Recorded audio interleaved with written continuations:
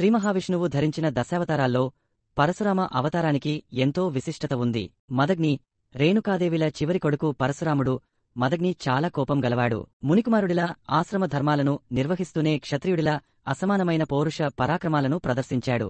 శ్రీ మహావిష్ణువు పరశురామునిగా అవతరించిన వైశాఖ శుద్ధ తదియను పరశురామ జయంతిగా పిలుస్తారు. పరశురాముడు విష్ణుమూర్తి దశావతారములలో 6వది. తల్లిదండ్రుల పట్ల పరశురాముడు అపారమైన ప్రేమానురాగాలను కలిగి ఉండేవాడు. మదగ్ని భార్య రేణుక తన్పతి భక్తితో రోజు నదికి వెళ్లి తనే స్వయంగా మట్టి కుండచేసి ఇంటికి నీళ్లు తెచ్చేది. ఒకరోజు రేణుకాదేవి చిత్రరథుడనే రాజును చూసింది. ఆ రోజు ఆమె నీళ్లు తేవటానికి కుండ తయారు చేసినా కుండ తయారు కాలేదు. నీళ్లు తేలేకపోయింది.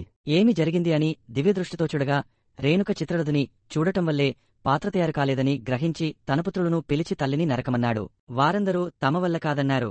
అప్పుడు చివరి కొడుకు పరశురాముడు సరే అని తల్లి తల నరకమని తండ్రి ఆవేశంతో ఆదేశించినప్పుడు క్షణమైనా ఆలస్యం చేయక ఆ పని చేసి పితృవాక్య పరిపాలకుడిగా చరిత్రలో నిలిచిపోయాడు. ఆదేశించిన వెంటనే ఆచరణలో పెట్టిన పరశురాముడిని ఏదైనా వరం కోరుకోమని జమదగ్ని మహర్షి అడిగితే తన తల్లిని బతికించమని కోరాడు. ఒకసారి వేటికి వచ్చిన కార్తవీర్యార్జునుడు జమదగ్ని మహర్షి ఆశ్రమాన్ని కూడా దర్శిస్తాడు. అక్కడ గల కామధేనువును చూసి దానిని తనకి ఇవ్వవలసినదిగా కోరతాడు. తన నుంచి దానాన్ని గ్రహించే అర్హత అతనికి లేదని చెబుతాడు మహర్షి. దాంతో జమదగ్ని మహర్షిని హతమార్చిన కార్తవీర్యార్జునుడు ఆ కామధేనువును తీసుకుని తన రాజ్యానికి బయలుదేరుతాడు. జమదగ్ని మరణించడంతో ఆ బాధతో తల్లడిల్లిపోతూ రేణుకాదేవి 21 మార్లు పరశురాముడిని పిలుస్తుంది.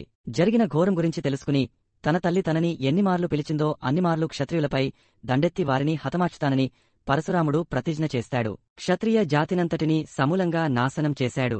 ఆ తరువాత జమదగ్నిని భృగుమహర్షి బతికించినప్పటికీ ప్రతిజ్ఞ చేసిన ప్రకారం పరశురాముడు క్షత్రియ సంహారం చేస్తాడు. ఆ పాపాన్ని ప్రక్షాళన చేసుకోవడం కోసం అనేక ప్రదేశాల్లో శివలింగాలను ప్రతిష్ఠిస్తాడు. అలాంటి పరశురాముడిని ఆయన జయంతి సందర్భంగా ఆరాధించినవారు విజయాన్ని సాధిస్తారు.